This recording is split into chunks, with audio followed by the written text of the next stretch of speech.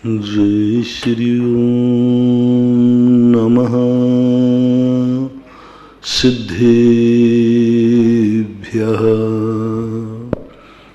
जय श्री ओम नमः सिद्धेभ्यः। जय श्री ओम नमः सिद्धेभ्यः।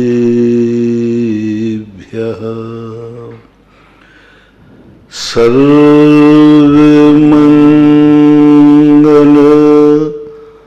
मांगल्यं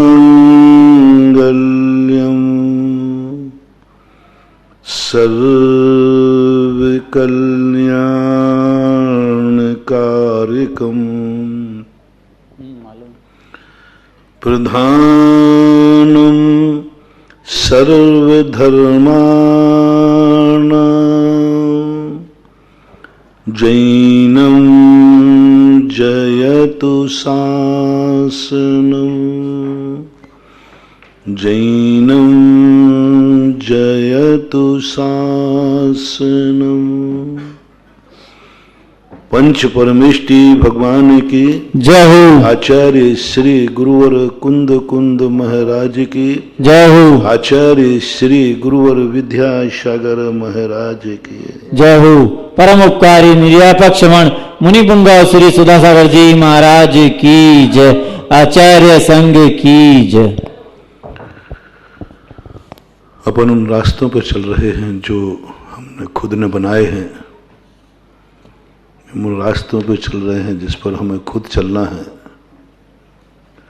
हम उन रास्तों पर चल रहे हैं जो खुद की मंजिल में खुद को पहुंचना है। निमित्त के अधीन, पर के अधीन होकर के हम कुछ भी प्राप्त नहीं कर पाएंगे। पुण्य पाप के भरोसे भी हम कब तक जिएंगे? आखिर पुण्य पाप भी है तो पराया ही अंश, पदार्थ है, द्रव्य है, जो कुछ भी है वो है तो पर ही ना। और पर तो कितना भी अपन को, कल अपन ने बहुत विस्तार से एक समीक्षा समझी थी और पर का अपन ने बहुत विस्तृत रूप लिया था। अदर देश, अदर पर्याय, अदर जाति, अदर धर्म, ये सब कहीं भी लगा लीजिए।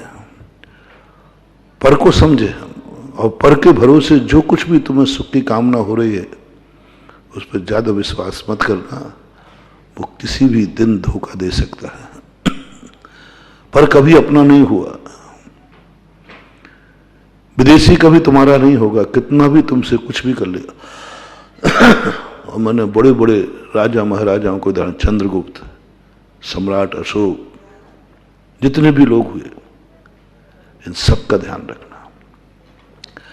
अपना तक सिमटो जितना सिमट सको, पर से जितना तुम दूर हो सको। हर वस्तु, जो देश दूसरे देश की वस्तुओं पर आधारित रहते हैं एक दिन कंगाल हो जाते हैं। दूसरा व्यक्ति अपने हाथ खींच लेगा, फिर क्या करोगे? इसलिए हमेशा समृद्ध देश वो कहलाता है जिसके पास सूखी रोटी भी है लेकिन खुद की है, छोटी दुकान है लेकिन खुद की है। प्रोडक्शन सब जितना ज्यादा हम आयात कम करेंगे, जो देश सबसे कम आयात करता है वो देश सबसे ज्यादा सुखी रहता है। आयात प्रयास ये करना चाहिए सरकार को, राजा को, कि हमारे लिए कुछ भी आयात ना करना पड़े, कुछ भी। उसे कहते हैं सेल्फ, अपने आप में स्थिर हो जाता है और तभी हमारे देश सुरक्षित रहते हैं। इसी प्रकार हमने कहा था आपको बहुत विस्तार से, आपको अपना जाति, अपना धर्म सुरक्षित रखना है तो अपने अंदर विजातियों का प्रवेश बंद करो। दुश्मनी नहीं, सहयोग सबका करना है, संबंध सबसे नहीं बनाना।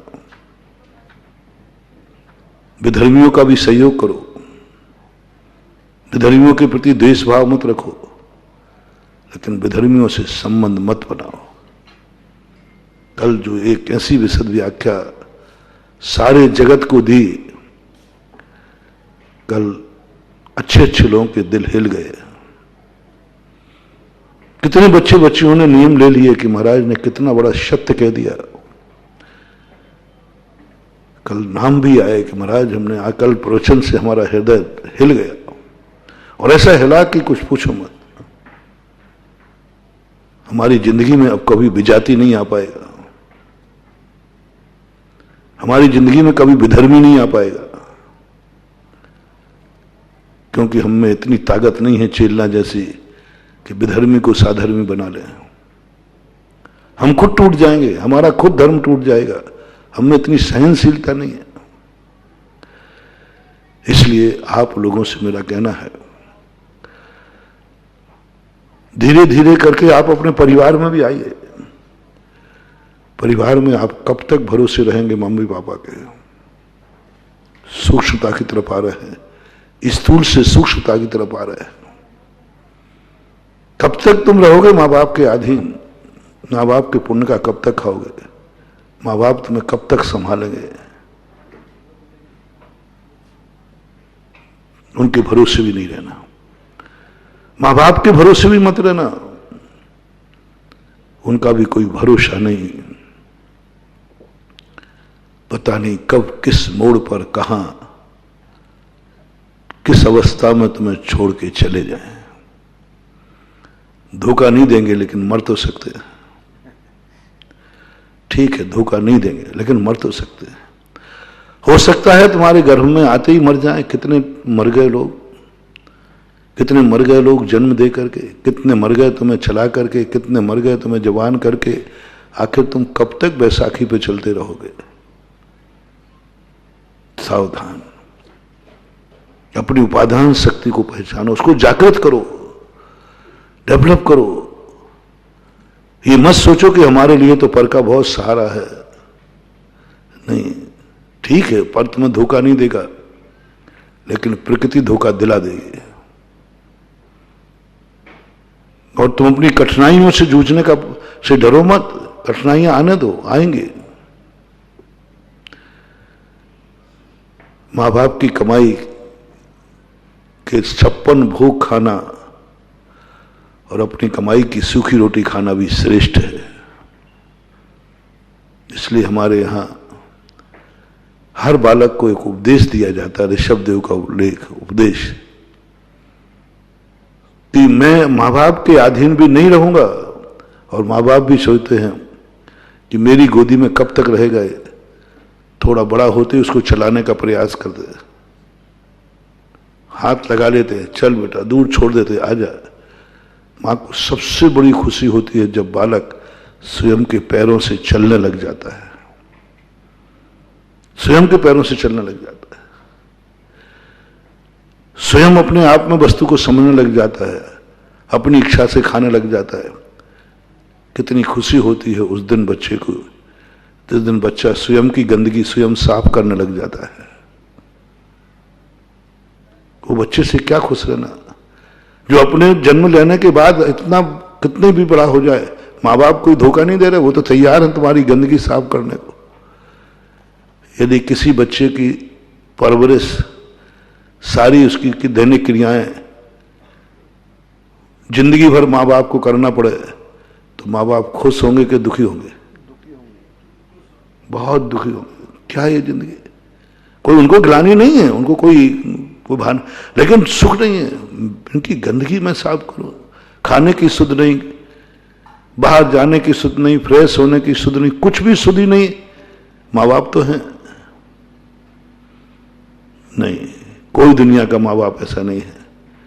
वो चाहते हैं मेरा बेटा मेरे भरोसे न रहे। सच्चे माता पिता का लक्षण है। दुश्मन का लक्षण होता है ये सदा मेरे अधीन रहे, मेरे कंट्रोल में रहे। वो उसमें पुकार करता है, इसलिए कि थोड़ा उपकार करूंगा तो मेरे अधीन रहेगा। थोड़ा उसको देता है, जिससे देंगे तभी तो। नौकरों से काम लेना पड़ता है तो आप बोनस देते हो, क्योंकि बोनस के माध्यम से काम करेगा, बोनस देने से काम करेगा। वेतन बढ़ा देते हो जिससे और काम करेगा, डबल ड्यूटी का डबल पैसा दे देते हो जिससे काम करेगा। ये सब कोई आत्मीयता के लक्षण नहीं है, ये स्वार्थी के लक्षण है। स्वार्थी व्यक्ति चाहता है कि सारी दुनिया मेरे एहसान के नीचे दबी रहे, सारी दुनिया के लिए मुझे सारी दुनिया माने ये मेरे उपकारी। वो उपकार करता है, बहुत उपकार करता है।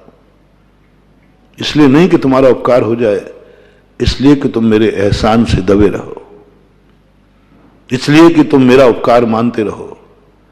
तुम मेरे सामने तुम कभी गर्दन नहीं उठा सको, जबान नहीं खोल सको, इसलिए वो करता है, उपकार करता है। एक नीति है ये, बहुत बड़ी। जैन दर्शन ने मात्र दुनिया की नीति समझ पाई। ये मत समझना कि माँ बाप तुम्हें लाड़ प्यार कर रहे हैं, माँ बाप तुम्हारी सेवा कर रहे हैं। कहीं सावधान, दुश्मन तो नहीं है। बेटा तुझे कुछ नहीं करना, सब मैं करूंगा, तू तो बैठ आराम से कर। भरत चक्रवर्ती के 60,000 बेटे समझ गए। 60,000 बेटे पिताजी के पास पहुंचते। देखना आप किस नीति वाले हैं और होना किस नीति वाला जी। सारों 60,000 बेटों ने मीटिंग की। ये कैसा बाप है मेरा, सारे काम इसी ने कर डाले, मुझे कुछ काम ही नहीं बचा। और मेरे लिए सब धन दौलत की सुविधाएं हैं, मुझे कभी कमाने की जरूरत नहीं, कुछ भी करने की जरूरत, सब कुछ भी नहीं, मेरा कोई दुश्मन ही नहीं है। पिताजी ने सारे दुश्मन मिटा दिए, सब दुश्मन मिटा दिए, कुछ भी नहीं बचा मेरे पास, सब पिताजी ने मीटिंग करके के लिए। ये पिताजी मेरा, देखो सुविधाएं, मकान चाहिए तो मकान बना दिया, खर्चा को पैसे चाहिए ले जाओ, खाना पीना मकान सब कुछ दे। कहीं कुछ है ही नहीं, कहीं दुश्मन भी नहीं उसका। बच्चे घबरा गए। ये अच्छे पिता का लक्षण नहीं हो सकता।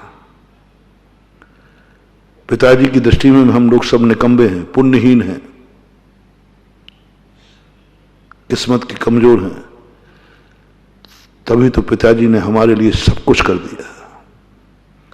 मैं दुश्मन की बात नहीं कर रहा हूं, मैं उस पिता की बात नहीं कर रहा हूं जिसने तुम्हें कुछ नहीं दिया। मैं उस पिता की बात कर रहा हूं जिसने तुम्हें सब कुछ दिया। एक गिलास भी पानी उठा के नहीं पीना पड़ा, नौकर लगा दिए, तुम्हारे जूते चप्पल भी नौकर बंद लगाएंगे, कपड़े पहनाएंगे, सब। तुम्हें क्या चाहिए?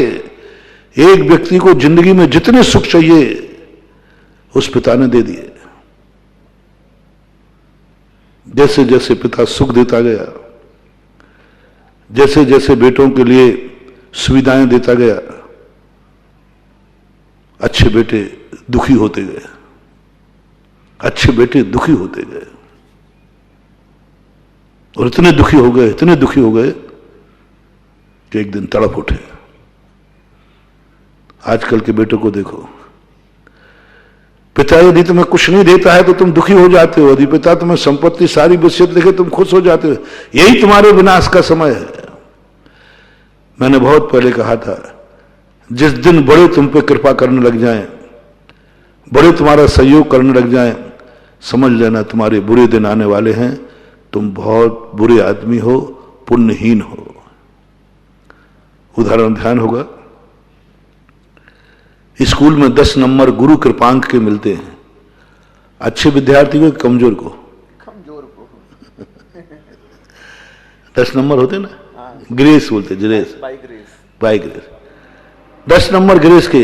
अब ये ग्रेस के नंबर आप ही बताएं, अच्छे व्यक्ति को दिए जा रहे हैं कि कमजोर व्यक्ति को? नहीं, जिसके 90 नंबर आए हो उसको 10 नंबर गुरु की कृपा से। 100 का पेपर होता है ना, तो 90 नंबर तो बुला दिया। अब गुरु ने कहा 10 बेचारे के रह गए, चलो 10 मेरी तरफ से। 1 नंबर नहीं मिलता मेरिट लिस्टेड को, 1 नंबर गुरु की कृपा से नहीं मिलता। 99 नंबर है, 99.5 यानी 5, 99.5 भी हैं तो आधा नंबर गुरु अपनी तरफ से बढ़ा नहीं सकते। जो अच्छे एग्जाम होते हैं उनमें आधे नंबर की भी कीमत हो जाती है, लेकिन गुरु की तरफ से विद्यार्थी कहे गुरु जी मैं भी आपका ही चेला हूं, ये भी आपका चेला है, इसको आपने 10 नंबर दे दिए, इसके 23 नंबर थे 33 कर दिए, गुरुदेव मेरा आधे ही नंबर बढ़ा दो। कानून ने रोक दिया, बोले इसका आप आधा नंबर भी नहीं बढ़ा सकते।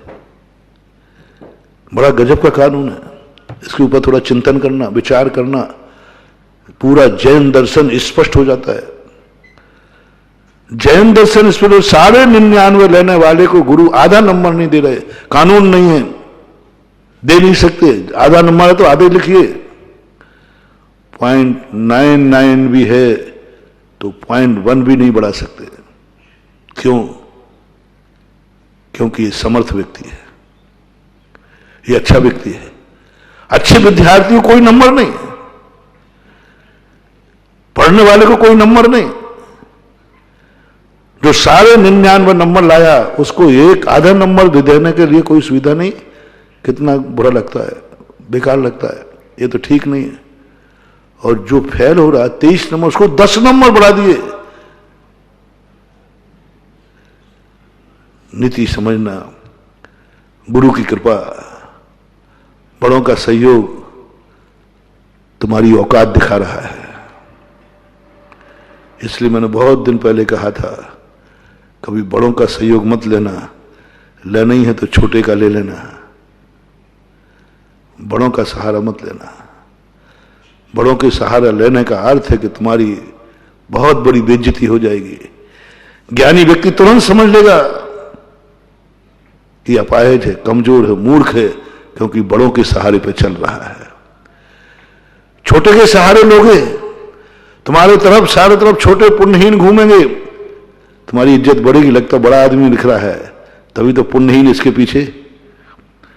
और पुण्यवान यदि चारों तरफ से तुम्हें घेरे हुए हैं, समझ लेना कोई अपाहिज है, असहाय है। भावनी नहीं करना। जिंदगी में एक नियम बनाओ कि मुझे कभी अपने से अधिक पुण्यवानों का सहारा ना लेना पड़े। उनकी कृपा मुझे नहीं चाहिए, क्योंकि उनकी कृपा कभी नहीं चाहिए, उनका सहारा ही नहीं लेना पड़े। कभी उनके सहयोग पर मुझे ना जीना पड़े, क्योंकि उनका सहयोग 33 नंबर से कम वालों को मिलता है। कानून है, नियम है, अपन क्या कर सकते। 33 नंबर से कम वालों को गुरु की कृपा होती है। यदि तुम इतने गच्ची नंबर हो, यदि तुम इतने पुण्यहीन हो कि 33 नंबर नहीं ला पाए, तो फिर गुरु का आश्रित रहना। लेकिन 33 से ऊपर तुम्हारे नंबर आ रहे हैं तो कानून ने कहा नहीं, तुझे गुरु का कोई सहारा नहीं मिलेगा। गुरु अर्थ से अर्थ या गुरु मत लेना, गुरु का अर्थ बड़े, पूज्य, महान, अपन से आगे, पुण्यवान, वे सब गुरु की कोटि में आते हैं। गुरु है ना बड़े। अब आपके घर में माता पिता आपके बड़े हैं, वो गुरुजन हैं, आप गुरुजन बोलते हैं उनको। हर बालक से मेरा कहना, अपने भक्तों से कहना है, बस एक ही तपस्या करो, एक ही पूजा करो, एक ही भक्तांबर पढ़ो, एक ही नमोकार मंत्र पढ़ो, एक ही मेरे से आशीर्वाद लो कि महाराज मैं कभी जिंदगी में माँ बाप के सहारे पर न रहूं, मेरे ऊपर माँ बाप की कृपा नहीं होना चाहिए, मैं माँ बाप के सहारे पर जिंदगी नहीं जीना चाहता। बहुत बड़ा वरदान मांग लिया आपने। आशीर्वाद तो रहे लेकिन कृपा न रहे। आशीर्वाद तो रहे, आशीर्वाद में तो कोई बाधा नहीं, आशीर्वाद तो उनके आशीर्वाद के बिना क्या होगा। आशीर्वाद तो चाहिए, सहयोग नहीं चाहिए। आशीर्वाद सहयोग में नहीं है। आशीर्वाद तो, आशीर्वाद का अर्थ क्या होता है? जो तुमने भावना की वो पूरी तथास्तु। महाराज साधु लोग बहुत बहुत आगे की खोपड़ी होते हैं। साधु ये कुछ नहीं देते, सब व्यवहार को अपन को बुद्धू बना रहे हैं अपन लोग। ये कुछ नहीं देते, इनकी अपनी इनकी कोई भावना ही नहीं होती, इनकी देने लेने की कोई भावना नहीं होती, क्योंकि ये व्यापारी थोड़ी है, तो पूज्य है, ये तो वीतरागी है। ये कुछ देते लेते कुछ नहीं है। सब लोग सुन लो रे कान खोलकर, कुछ नहीं देते, ना भगवान देते ना गुरु देते, क्योंकि इनका देने का नेचर ही नहीं है। क्योंकि ये वीतरागी है, और जो इनके पास है वो इनके लिए कम, इनका खर्चा बहुत है। भगवान के ये कंस भी अपन को कुछ नहीं देते। तुम तो फिर बेचारे श्रावक तो अपनी कमाई में से कुछ दे ही देता है, लेकिन भगवान अपनी कमाई में से कुछ नहीं देते। जब उनसे पूछो भगवान थोड़ा तो दे दो, थोड़ी थोड़ी शब्द को दे दो, कम ना होगी आप में एक भजन गाते, वो गाते हैं थोड़ी थोड़ी आप लोग को दो। भगवान कहते हैं मेरी कम पड़ रही है, मेरे पास जो कमाई है वो मेरे लिए है, बस मेरे से बाहर कुछ नहीं है। आप बनावे आप ही खावे, खावत नाई आगावे। अपना पेट तो भर जाता है, सो अपन दूसरे को दे देते हैं। भगवान का तो इतना बड़ा पेट है, इतनी बड़ी भूख है उनकी, इतनी बड़ी भूख है कि वो इतना अनंत वीर, अनंत शक्ति, अनंत ज्ञान दर्शन हो गया तो भी एक टुकड़ा भी नहीं बचता उनको। प्रति समय इतना खाते हैं, इतना भोगते हैं, भोक्तृत्व गुण जाग गया, भोगते भोगते रहते हैं। कभी एक इतना सा भी नहीं बचता कि एक छिटकी तो बच जाए भक्त के लिए। सब पूरी पत्तल साफ। दुनिया में एक ही व्यक्ति है जो अपने भोग में से, अपने उपयोग में से एक कण भी नहीं छोड़ता, जिसका नाम है सिद्ध परमेष्टि। सिद्धों का स्वरूप पढ़ो, कुछ नहीं अपने आप में। उनका ज्ञान उनके खुद के काम, उनका दर्शन उनके काम, उनकी शक्ति उनके काम। कहां से दूर दूर तक तो कभी किसी को कुछ देने का भाव, देने का प्रमाण कुछ नहीं, सब कुछ उनके लिए। इसलिए उनसे तुम कोई कामना मत करना और उनके भरोसे भी मत रहना। यदि वो भरोसा देवे भी, इसी प्रकार अरहंत भगवान ये कभी तुम्हें भरोसा देवे भी, चिंता मत करो मैं तो हूं, अपमान समझना। उन्होंने तुम्हारी औकात दिखा दी, चिंता मत करो मैं तो हूं, ये सबसे बड़ा अपशकुन मानना, सबसे बड़ी जिंदगी का अपशकुन मानना। जब बड़े लोग तुमसे ये कहें तुम घबराओ मत, मैं तो हूं, सावधान हो जाना। तुम्हारी जिंदगी का सबसे बड़ा अमंगल, सबसे बड़ी चूक, सबसे बड़ी जिंदगी में तुम्हारी भूल हो रही है, तुम खुश मत हो जाना, इसे बदकिस्मत समझना। क्योंकि किसी बड़े ने कह दिया चिंता मत करो मैं तो हूं, चिंता मत करो मैं तो हूं, ये बातें तुम्हें दुनिया में कहीं सुनने को नहीं मिलेगी। अभी मैं तुम्हें बता रहा हूं, इन्हीं सब बातों के कारण तो अपन बर्बाद हो रहे हैं, इसी में तो अपन ठगे जा रहे हैं, इसी में तो सारी दुनिया बर्बाद हो रही है कि हम बड़े लोग, हमें ये बड़े लोग सब मुझे बर्बाद कर रहे हैं, अपन सबको बर्बाद करते हैं, तुम्हें भी हमें भी सबको, और अपन बुद्धू में बर्बाद होते हैं। एक शब्द से बड़े लोग एक ही बात कह देते, चिंता मत करो मैं तो हूं। ये कहते ही तुम्हें कैसा लगता है? बहुत अच्छा लगता है। बस यही बर्बादी है बेटा। जब जब बड़े तुमसे कहें चिंता मत करो मैं तो बैठा हूं, तुम क्यों चिंता करते हो? समझ लेना तुम्हारी जिंदगी का सबसे बड़ा अशुभ दिन आने वाला है, अशुभ दिन आने वाला। और अपन इसकी ये जो अपन मध्य की उपादान दशा समझ रहे हैं, मैं चरम सीमा पर तुम्हें ले जा रहा हूं। इस बात पर अपन को साधना करना पड़ेगी। बड़ों के कृपांक मुझे नहीं चाहिए, बड़ों से एक ही प्रार्थना करना, भगवान, गुरुजन, माता पिता, एक ही प्रयास करो। वो नौबत मत आने देना, वो परिस्थिति मत आने देना। बड़ों के सामने कभी रोना मत, बड़ों के सामने कभी रोना नहीं। वो मंगल रूप होते हैं, वे पूज्य होते हैं, उनके सामने रोना अपशकुन होता है। ध्यान रखना, कभी भी बड़ों के सामने रोना मत, अपशकुन होता है, क्योंकि वे मंगल रूप है, पूज्य है।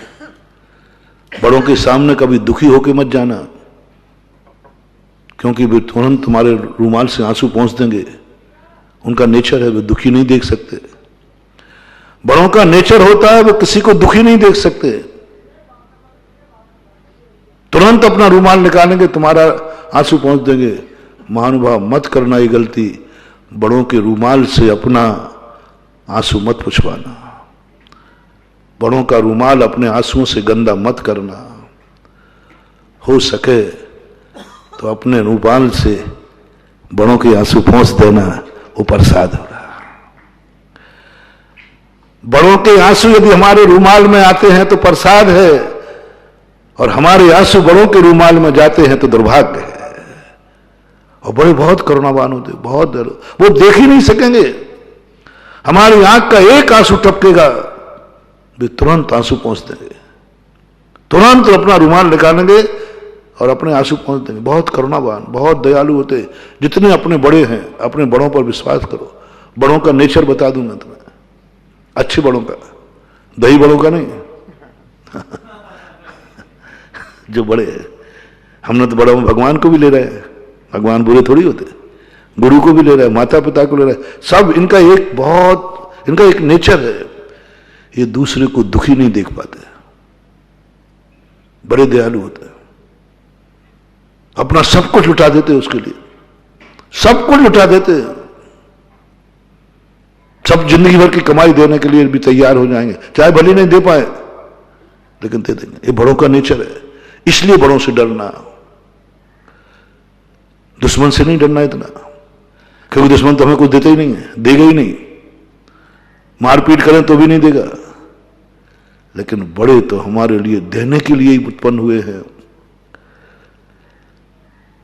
परोपकाराय सताम विभूति, परोपकाराय सताम उदय। परोपकार की तो सारी संपत्ति अपने लिए ही है, अपने लिए ही कमाता है। एक पिता बेटे को जन्म देने के बाद किसके लिए कमाता है? पूछना उससे, बेटों के किसके लिए जीता है? बेटों के लिए। सब कुछ उसके लिए, उसकी जिंदगी खत्म हो जाती है।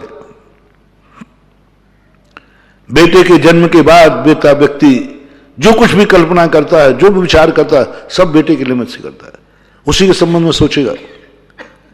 खाने के बाद अब खाने का भी भाव आएगा। बेटे के जन्म के बाद मां भूखी है, खा रही है, लेकिन खाने के पहले के बाद बेटे को देने का भाव आएगा। वो बनाएगी तो बेटे के नाम से, बाद में बेटे का बचा हुआ खाएगी। बनाएगी बेटे के नाम से, अपने नाम से। जो मां बन जाती है ना, फिर कोई भी चीज वो अपने लिए बनाती नहीं। नारी का एक गुण होता है, भोजन बनाएगी तो पति के लिए बनाएगी, स्वयं के लिए कुछ बनाती ही नहीं। मां बनने के बाद बेटे के लिए बनाएगी, स्वयं के लिए कुछ बनाती ही नहीं। श्रावक का भी यही नियम होता है, वो अपने लिए रोटी बनाता ही नहीं, वो तो महाराज के लिए बनाता है। नेचर है, सबके नेचर है, अपने अपने नेचर है। ऐसे इनके सबके नेचर होते हैं, अपन समझे इनके नेचर। वो अपने माता पिता हैं, अपने गुरुजन हैं, अपने भगवान हैं, वो अपने लिए करेंगे, सब करेंगे, भावना ही दिन रात करेंगे। देखो ना तीर्थंकर ने भावना भाई समोषण में, उन्होंने अपने लिए कुछ नहीं मांगा। हे भगवान, आपके दरबार में सुना है कि कल्पवृक्ष है, एक कल्पद्रुम है, समोषण का दूसरा नाम कल्पद्रुम है, और इस कल्पद्रुम में मैं यह याचना करता हूं, सारा संसार सुखी रहे।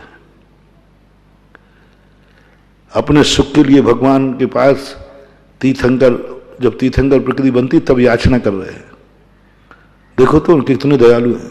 अपने लिए नहीं मांग रहा कि मेरा कल्याण हो, मैं सुखी हो जाऊं, मैं मोक्ष, नहीं, जगत का कल्याण हो, जगत सुखी हो।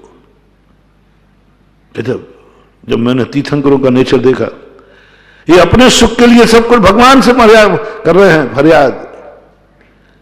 ये शुभ लक्षण नहीं है। अपने सुखी के लिए तीर्थंकर भगवान के समोषण में याचना कर रहे हैं, संसार सुखी हो जाए, संसार का कल्याण हो। भगवान कर रहे हैं, भगवान के सामने प्रार्थना कर रहे हैं। ये अपने लिए शुभ लक्षण नहीं है, ये शुभ संकेत नहीं है। उनके लिए तो शुभ है, उनके लिए तो शुभ है, क्योंकि परोपकार की भावना उनके लिए। लेकिन अपना तो दुर्भाग्य है, यानी हम सुखी नहीं हो पाए, हमारा भगवान तक पहुंच नहीं है, हम भगवान तक नहीं पहुंच पाए, तो भगवान कह रहे हैं नहीं, ये सारे बेचारे संसार, बेचारे मानना अपने आप को। उनके मन में भाव आया, भगवान जो मैंने आपको पाकर के आनंद आ रहा है, संसार के बेचारे लोगों को भी यही आनंद आ जाए, वो भी आपके दर्शन कर सकें, वे भी आपकी बात समझ सकें, वे भी तत्व दृष्टि पा सकें, ऐसा भाव तीर्थंकर करते हैं। इनको भी आनंद आए, ये भी सम्यक दर्शन को प्राप्त हो, ये भी मोक्ष जाए। अपन को मोक्ष जाना, भगवान मोक्ष की भावना भा रहे हैं, इसका अर्थ क्या है कि हम लोग बहुत मूर्ख हैं, मोक्ष जाने की योग्यता नहीं रखते। दुर्भाग्य। मैंने तो जो चिंतन किया, भगवान से एक बार चिंतन कर रहा था, भगवान का देख मेरे उपकार तुम लोगों पर कितने हैं, मैंने तुम्हारे लिए भावना भाई थी, सब कुछ किया था। मैंने कहा भगवान यही तो सबसे बड़ा मेरा दुर्भाग्य है कि आपने मेरे कल्याण की भावना भाई, इसलिए मेरा कल्याण नहीं हुआ। अब पता चला इसलिए मेरा कल्याण नहीं हुआ कि आपने भावना भाई, इसलिए आप हमारा सुखी नहीं हो पाए, क्योंकि आपने सिफारिश की, आपने की। आपका तो कल्याण हो गया, आपका कल्याण इसलिए हुआ, आप मेरा एहसान मानो हम लोगों का। यदि हम लोगों के कल्याण की भावना नहीं करते, हम लोगों को सुखी बनाने का भाव नहीं करते, तो आप तीर्थंकर नहीं बनते। हमें क्या मिला इससे, बताओ भैया। तीर्थंकर अपने लिए सारे संसार को सुखी बनाने का भाव किया, प्रभु ने किया। सारे संसार के कल्याण करने का भाव किया। इस संसार को क्या मिला, सुखी हो गया, कल्याण हो गया। लेकिन जिन्होंने भावना भाई थी वे सुखी हो गए कि नहीं, उनका कल्याण हो गया कि नहीं? तो फिर अपन काय पे नाच रहे हैं कि उन्होंने भावना भाई, कल्याण उनका हुआ, अपन तो ज्यों कहते हुए। संसार में कोई भी व्यक्ति अपनी भावना भाएगा, भानुभाव वो निमित्त है। हमारा उपादान जब तक सामर्थ्य नहीं होगा, कल्याण होने वाला नहीं। अनंत अनंत तीर्थंकर चले गए, संसार को सुखी बनाने की भावना भाई। संसार ज्यों का त्यों है, यथावत। सबके कल्याण की भावना भाई, सब यथावत। सबको सम्यक दर्शन की प्राप्ति की भावना भाई, सब मिथ्या दृष्टि बने बैठे। उनकी भावना से यदि काम हो जाता, यदि तीर्थंकर की भावना से काम हो जाता, तो अभी तक सारे संसार को कहां रहना चाहिए था, सिद्ध अवस्था। क्योंकि उन्होंने निरंतर भावना भाई, सुखी रहे सब। देखिए कहां हुआ संसार सुखी, कुछ सोचने का प्रयास करो महानुभाव। उनका तो कल्याण हुआ, इसी माध्यम से हुआ। लेकिन तुम खुश मत हो जाना। देखो भगवान ने मेरे सुख की कामना की, मैं कितना पुण्यात्मा जीव हूं, मेरे कितना भाग्यवान जीव हूं, मेरे कल्याण की भावना भगवान कर रहे हैं। अरे बुद्धू चंद, तेरा दुर्भाग्य है कि तू 33 नंबर नहीं ला सकता है, इसलिए 10 नंबर भगवान दे रहे हैं। दुर्भाग्य मान ले अपना। मैंने तो भगवान से कह दिया, भगवान आपने भावना भाई ना, इसलिए हमारा कल्याण नहीं हुआ। अपन भी कोई कम थोड़ी है। तो भगवान मुस्कुरा गए, तूने मेरे अंदर की बात पकड़ ली। ओरिजिनल भक्त हूं, ओरिजिनल बेटा हूं। वो बेटा कैसा जो बाप को नहीं जानता, वो बाप कैसा जो। मन के भगवान सही बताओ, आपकी भावना से मैं सुखी हो गया क्या? बोले नहीं हुआ। पर मेरे कल्याण की भावना से आप सुखी हो गए कि नहीं? बोले 100%।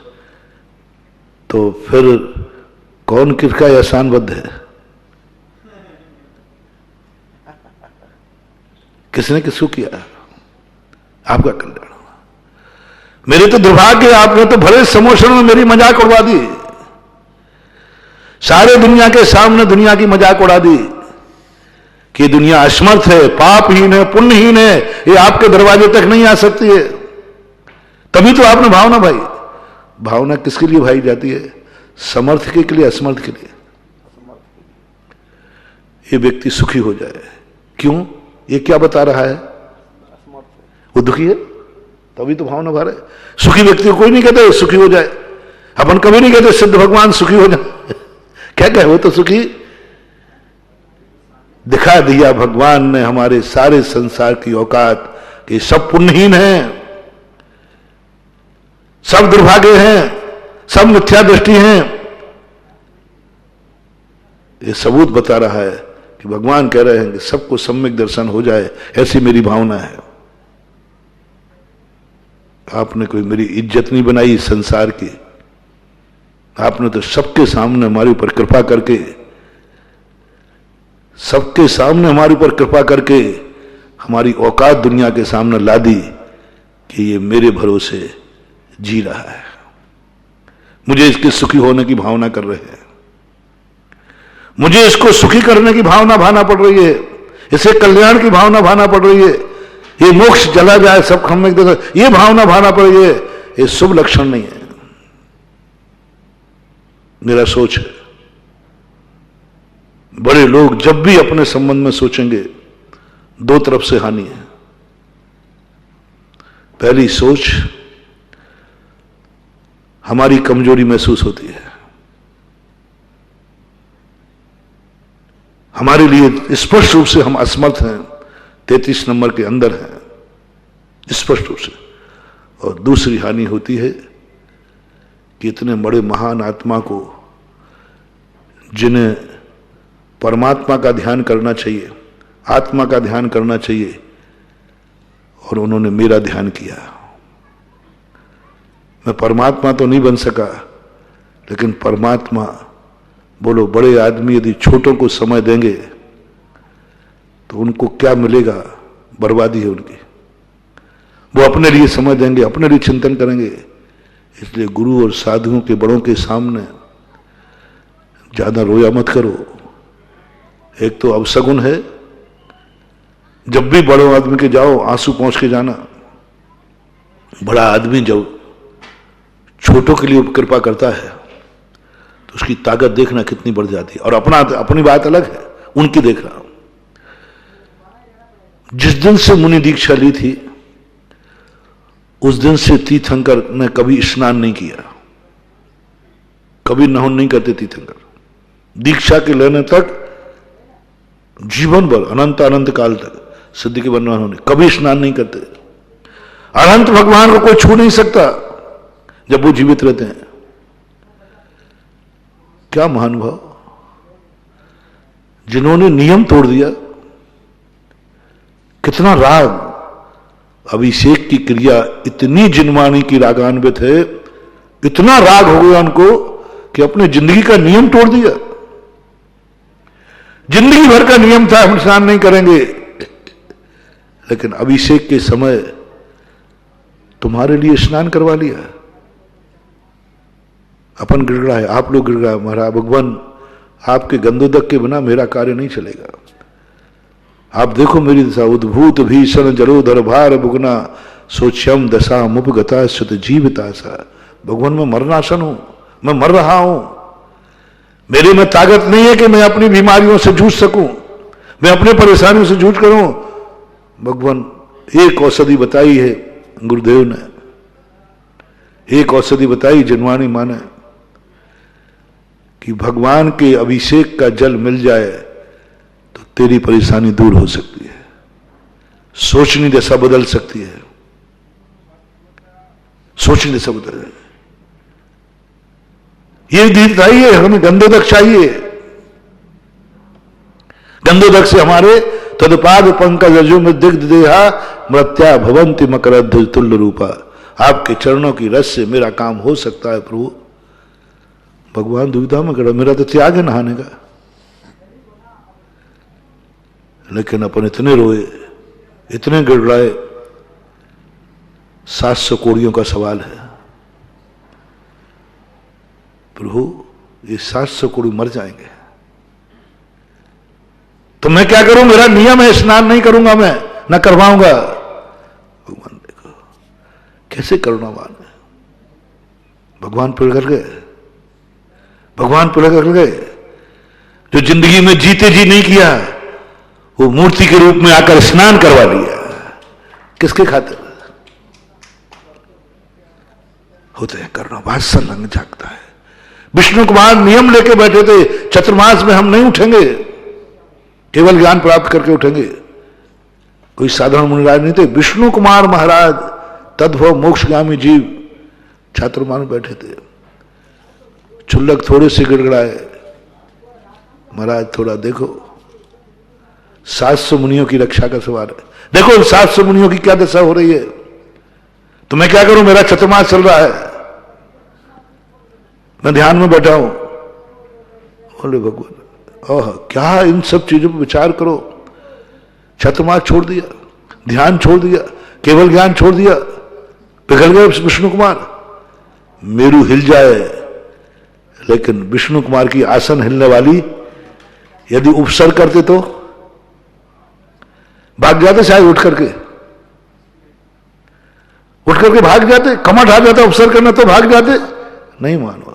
कितने उपसर्ग कर लेते, मर सकते थे, लेकिन वो उठने वाले, लेकिन एक करुणा दया वात्सल्य भाव आया, पिघल गए, संकल्प तोड़ दिया, केवल ज्ञान छोड़ दिया, चातुर्मास छोड़ दिया, चल पड़े। बड़े आदमी बहुत दयालु कृपालु होते हैं, अपने लिए वो सब कुछ कर लेंगे। सब देख लो, जीवन भर की सती थी, पट्टी बांधी थी गंधारी ने, हम कभी पट्टी नहीं खोलेंगे, राग जागा, पट्टी खोल दी। लेकिन तुम दुर्योधन के दुर्योधन निकले, मां ने तो जो करना था कर दिया। महानुभाव, सारे जगत के लोगों से मेरा कहना है, गंधारी विष्णु कुमार महाराज से भी कई गुना उपकार भगवान अभिषेक के लिए पांडुकशिला पर आ गए। अपने लिए नहीं, अपने लिए नहीं, उनको कोई मतलब नहीं था, उन्होंने जिंदगी में नहाया ही नहीं था। अपन लोग गिड़गिड़ाए, अपन लोगों ने कहा 700 कोड़ियों का सवाल है प्रभु, आपके 2 बूंद गंधोदक से 700 कोड़ियों की जिंदगी बच जाएगी। मैंने सुंदरी गिड़गिड़ाई, प्रभु आपके 2 बूंदों से मेरा सुहाग बच जाएगा, 2 बूंदों से 700 की जिंदगी बचेगी। द्रवीभूत हो गए, द्रवीभूत हो गई संस्कृति। जिस जैन संस्कृति ने, जिस जिनवाणी ने मुनि से कहा था जिंदगी में कभी स्नान नहीं करोगे, मुनि बनने के पहले नियम करो, यदि स्नान करोगे तो मुनि नहीं बन सकोगे, वायदा किया था, संकल्प कराया था कि नहीं, आज स्नान व्रत है, कभी नहीं करोगे जिंदगी में, कभी नहीं, ये संकल्प उसी जिनवाणी ने कराया था। और वही जिनवाणी भगवान से कह रही है पांडुकशिला पे आ जाओ, मेरा त्याग है। बोले मालूम है, इनकी हालत देखो, करुणा निधान, कृपा निधान, पांडुकशिला पर विराजमान हो गए, अपने लिए हो गए। सावधान नगरवासियों, सावधान कॉलोनी वासियों, जिन जिन के यहां जहां जहां मंदिर हैं, जिस दिन भगवान पांडुकशिला पर बैठे हैं, दुर्योधन मत बन जाना। तुम्हारे लिए पट्टी खोल रही है, वो अपने लिए नहीं खोल रही है। वैष्णव दर्शन के अनुसार अपने लिए नहीं खोल रही, वो तुम्हारे लिए खोल रही है, और तुम ही बदमाशी कर जाओ तो दुर्भाग्य तुम्हारा। तुम्हारे लिए भगवान बैठे हैं पांडुकशिला पर, उस समय जैनी को घर पे नहीं रहना चाहिए।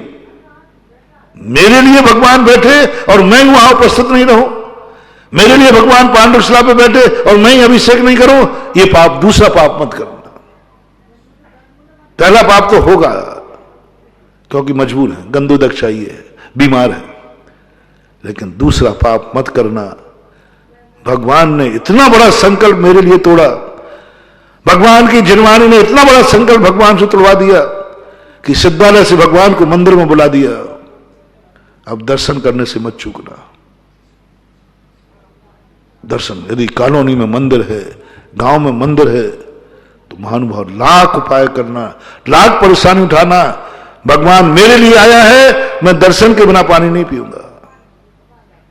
और जब पांडुक शिला पर भगवान बैठते हों तो हर नगरवासी के, हर पुरुष को एक विकल्प करना है, बिना अभिषेक के भोजन नहीं होगा। क्यों? भगवान मेरे लिए इतना बड़ा त्याग कर रहे, क्यों पांडुक शिला पर बैठ रहे, मेरे लिए गंधोदक के लिए। कर्म प्रबंध निकटैरपि हीन ताप्तम ज्ञात्वापि भक्ति वसदा परमान। भगवान आपको क्या, कर्म प्रबंध निकटैरपि हीन ताप्तम, आप तो निर्मल हैं, आपको नहाने की जरूरत ही नहीं है।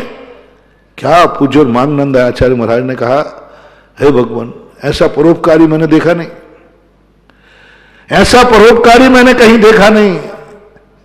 दुनिया के परोपकार करते हैं उनमें स्वार्थ होता है, हम इसके ऊपर उपकार करेंगे मुझे कुछ मिलेगा, सब स्वार्थ से उपकार करते हैं।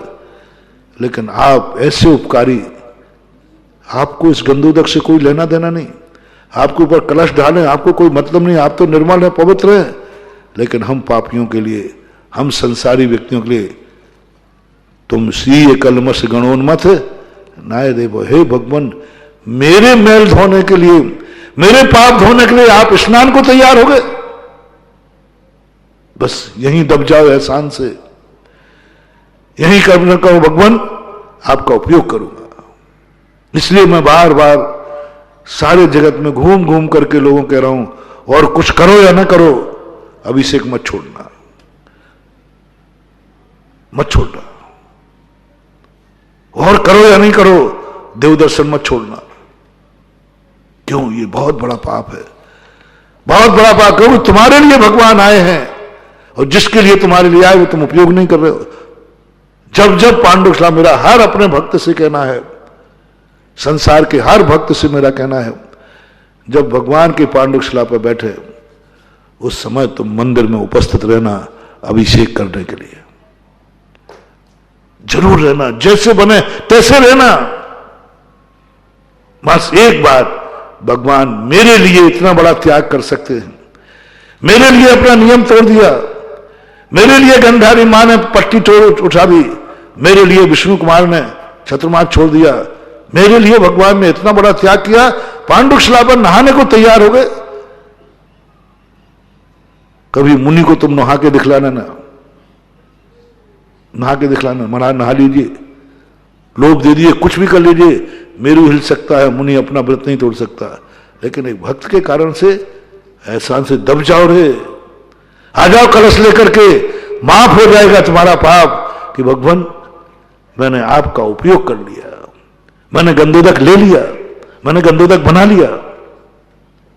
और दूसरी बात मैं कहता हूं, जब मंदिर नहीं आ पाओ तो इतना तो सम्मान कर लेना, जिस समय भगवान मेरा पांडुक शिला पर बैठेगा उस समय में संसार के कोई कार्य नहीं करूंगा, बाथरूम नहीं जाऊंगा, टॉयलेट नहीं जाऊंगा, चाय नहीं पीऊंगा। क्यों? मंदिर तो नहीं जा पा रहा हूं, लेकिन ये मेरे भगवान के अभिषेक का समय है। इस समय भगवान हमारे लिए पांडुक शिला में आए, हमारे लिए। जब किसी को दृष्टि रख करके महान आत्माएं ध्यान करती हैं, एनर्जी बढ़ जाती है, ताकत बढ़ जाती है। एक अभिषेक क्रिया ऐसी है जो मात्र भक्त के लिए है। मैंने ये सोचा कि साक्षात जिनेन्द्र देव से निधत्न काचित कर्मों का क्षय क्यों नहीं, जिन मूर्ति से क्यों? साक्षात भगवान बैठे हैं, उनसे निधत्न काचित कर्मों का बंद क्षय नहीं होता। उनमें इतनी एनर्जी नहीं है, उनमें इतनी ताकत नहीं है कि वो सम्यक दर्शन प्राप्त करा दे। साक्षात जिनेन्द्र देव के दर्शन करने से सम्यक दर्शन का उल्लेख नहीं किया। 6 कारण बताए, उनमें जिन बिंब दर्शन है, जिनेन्द्र दर्शन नहीं लिखा। मैं बहुत चिंतन किया इस पे कि जिनेन्द्र भगवान आपके दर्शन करने से सम्यक दर्शन नहीं, और आपकी मूर्ति बनाने से सम्यक दर्शन। उधर निधत्न काचित कर्म आपके दर्शन से नहीं लिखा कि जो जिनेन्द्र देव के दर्शन करता है उसके निधत्न काचित कर्म क्षय हो जाते हैं, लेकिन जो जिन बिंब के दर्शन करता है उसके बहुत सोचने के बाद अब रहस्य खुल रहा है। क्योंकि वो साक्षात जिनेन्द्र देव बने, किसके लिए बने? अपने लिए कि वो स्वयं के लिए? जो तीर्थंकर भगवान बने वो अपन लोगों के लिए भगवान बने कि वो अपने स्वयं के लिए बने? स्वयं के लिए। और भगवान से तुम्हें कोई लाभ नहीं, क्योंकि वो तो स्वयं के लिए अर्थ क्रिया है। उनने साधना की, तपस्या की, भगवान बने, सब अपने लिए बने। तुम्हारे लिए क्या? जब तुम्हारे लिए है ही नहीं, वो तुम्हारे लिए भगवान बने ही नहीं है, वो तो अपने लिए बने, तो तुम्हारे क्या काम आएंगे? सम्यक दर्शन में उत्पन्न होने की बात नहीं कही, लेकिन अब पता चला वो भगवान तो खुद के लिए बने हैं। अब मंदिर में जो भगवान आए हैं ये किसके लिए आए? वो उनके लिए आए हैं कि अपने लिए आए हैं? तो जो अपने लिए है वो अपना है। ये मूर्ति चला करके भगवान आए हैं जिनवानी में स्थापना निक्षेप से, अपने लिए आए। उद्देश्य यही है, लक्ष्य यही था। तुम किसके लिए जा रहे हो नीचे? भक्त के लिए। जब कोई महान आत्माएं हमारा लक्ष्य करके हमारा ध्यान करते हैं, लक्ष्य करके हमें आशीर्वाद देते हैं, उसकी ताकत ज्यादा होती है। उदाहरण के रूप में सबको आशीर्वाद सामान हो गया, अब व्यक्तिगत एकदम से इसको आशीर्वाद, दोनों में ताकत किसमें ज्यादा दिख रही है? विशेष वाले को। समझो बात को। एक आशीर्वाद दे दिया सामान्य को। मैं पहले सोचता था मैं सबको यहां आशीर्वाद दे के जाता हूं, फिर भी लोग मुझे परेशान करते थे। अभी तो लॉकडाउन में शांति है, फिर कम और मुझे गुस्सा था। अभी मैं आशीर्वाद देके आया सबको, अब तुम लोग फिर यहां आ गए, अभी देके आया। तो मैं इस बात को समझ नहीं पाता था। मैं कहता ये लोग सब बुद्धू, अभी देके आया भैया, दोनों हाथ से आशीर्वाद सबको। बोले आपने सबको शब्द लगाया ना, यानी आपकी एनर्जी सब में बट गई, इतना समझेगा। एक रोटी सबके लिए कितनी मिलेगी हिस्से में? और वो एक रोटी इसके लिए पूरी पर अधिकार है। गुरुदेव वो सबके लिए था, अब आप अलग से मुझे दो ना। अब वो आशीर्वाद जो देते उसमें बहुत बड़ी ताकत होती है, इसलिए तुम लोग मुझे परेशान करते थे। अब तो समझ में आ गई, अब नहीं गुस्सा आता, पहले आता। इसी प्रकार जब भगवान किसके लिए जा रहे हो प्रभु मंदिर में? बोले भक्त के लिए, फलाने गांव के भक्तों के लिए। अब उसमें देखना भक्त के लिए, उसमें भी तुम्हारी कॉलोनी के लिए, उस नगर में जितने जैनी भक्त रहते हैं उनका कल्याण हो, उनका कल्याण करने के लिए, वे पापों का क्षय कर सकें, वो पुण्य कमा सकें, इसलिए जा रहा हूं। वो इष्ट देव हो गए। जो जो तुम्हारे लिए आया है वो तुम्हारा इष्ट देव है। और इष्ट देव की सिद्धि मैं कई बार बता चुका हूं। इसलिए जब तुम्हारे भगवान तुम्हारे लिए बैठे, ये गंधोदक पावरफुल है, बहुत पावरफुल है, क्योंकि ये भगवान का गंधोदक तुम्हारे लिए खुद बना है और तुम्हारा लक्ष्य करके बनाया है। उसमें तुम्हारा सहयोग और मिल जाए। भगवान तो अभिषेक के लिए बैठ ही गए हैं, अब तुम कलश लेना। भगवान से पूछा किसके लिए बैठे आप भगवान अभिषेक? बोले इसके लिए। अब तुमसे पूछा करा ये गंधोदक किसके लिए बना रहे हो? मेरे लिए। बस हो गया काम तुम्हारा। भगवान तुम्हारे लिए और तुम्हारा अभिषेक तुम अपने लिए, और दोनों मिल जाते हैं। अलंग शक्तिर भवितव्य तेयम हेतु दया विस्कृत कार्य में। अब कोई नहीं टाल सकता। उपादान में तुमने अभिषेक अपने लिए किया है और उधर भगवान भी तुम्हारे लिए आए हैं। पांडुक्षला बैठे, वो गंधोदक चमत्कारी हो जाता है। वो गंधोदक हमारे कलमश धो देता है। ऐसी विशेषताएं अपने जीवन में बहुत बड़ी चीज मान पाओ।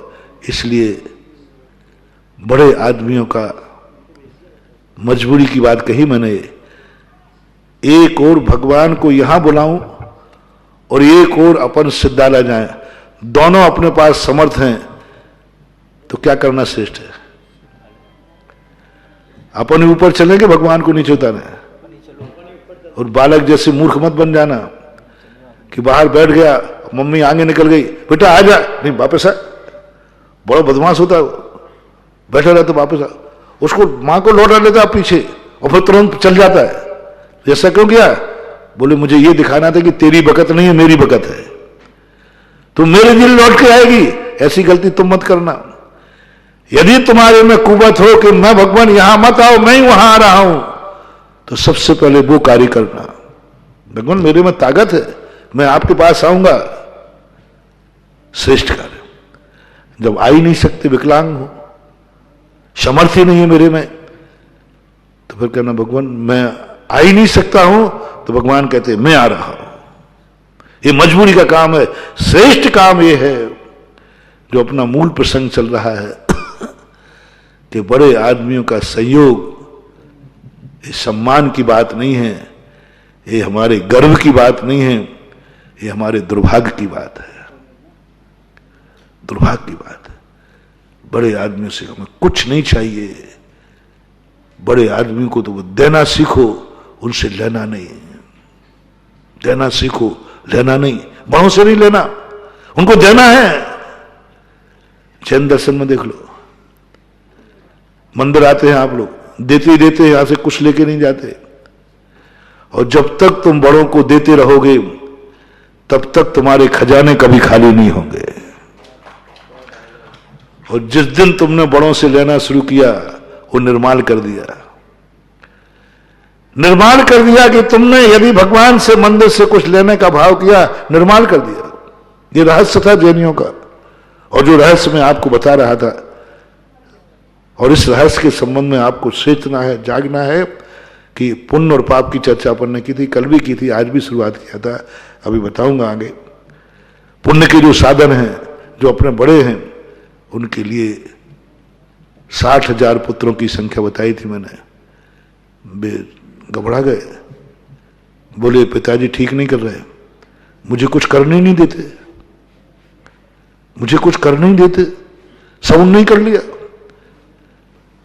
मुझे तो कह रहे तुम तो खाओ पियो बेटा, मस्त रहो, सब मैं कर रहा हूं।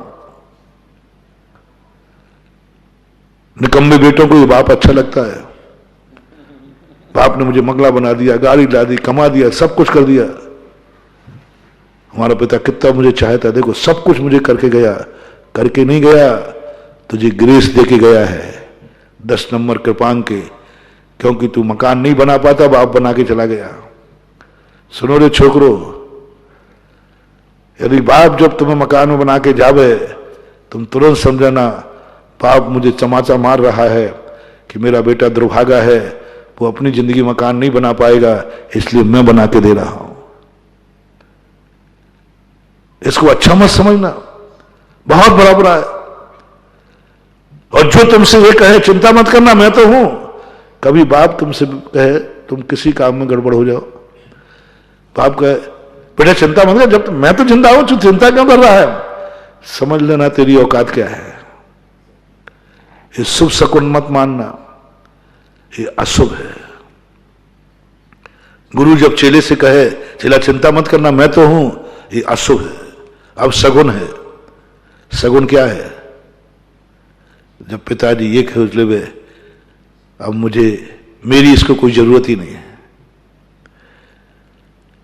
पिताजी ये कह दे मैं जिस दिन कि बेटा अब तुझे मेरी कोई जरूरत नहीं है, समझ लेना सगुन हो गया, तो इतना समर्थ हो गया कि पिताजी सोचने लगे अब मेरी कोई जरूरत नहीं है। दोनों को समाप्त करता हूं, समय आपका हो रहा है, आगे के लिए प्रतिशत करता हूं। एक पिता कह रहा है बेटा चिंता मत करो, मैं तो तुम्हारे साथ हूं, ये ज्यादा श्रेष्ठ है। दूसरा पिता कह रहा बेटे को अब बेटे को मेरी कोई जरूरत नहीं है। दोनों में श्रेष्ठ कौन लग रहा है? एक पिता कह रहा बेटे को अब मेरी कोई जरूरत ही नहीं है, क्योंकि वो खुद चलने लगा। एक मां कह रही नहीं बेटा मेरे बिना नहीं चल पाएगा, और एक मां कह रही है बेटे को मेरी कोई जरूरत नहीं, वो तो पैर पे खड़ा हो रहा है। इन दोनों को तुम समझो, होमवर्क है, फिर अपन चर्चा करेंगे। महावीर भगवान की